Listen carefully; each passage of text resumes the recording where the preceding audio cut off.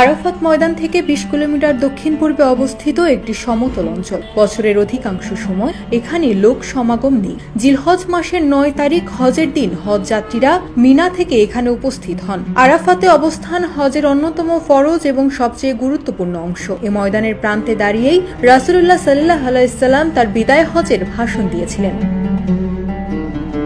এদিনের মূল কাজ হলো সূর্যোদয়ের পর মিনা থেকে আরাফায় গমন করে সূর্যাস্ত পর্যন্ত আরাফাতের ময়দানে অবস্থান করা, দোয়া, জিকির ও ইস্তেগফার পাঠ করা। আরাফায় জোহর আসর সালাত একসাথে পরপর কসর করে আদায় করা এবং সূর্যাস্তের পর আরাফা ত্যাগ করে মুজদালিফায় গমন করা। রাসূলুল্লাহ সাল্লাল্লাহু আলাইহি সাল্লাম বলেছেন, আরাফা ব্যতীত আর কোনো দিবস নেই যেদিন আল্লাহ তার অধিক বান্দাকে জাহান্নামের আগুন থেকে রক্ষা করেন এবং বান্দাদের সন্নিকটে চলে আসেন।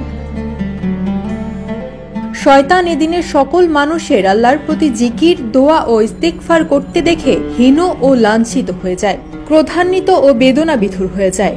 ৯ জিলহজ মিনায় ফজরের সালাত আদায়ের পর আরাফার উদ্দেশ্যে দলবদ্ধ হয়ে রওনা হতে শুরু করেন হাজিরা। সাধারণত সবাই বাসে যান, তবে হেঁটেও যান কেউ কেউ। আরাফার দিবসের রোজা পূর্বের ১ বছরের পরেও ১ বছরের গুনাহের কাফফারা হয়ে যায়। তবে এই রোজা হাজিদের জন্য নয়, বরং যারা হজ করতে আসেননি তাদের জন্য।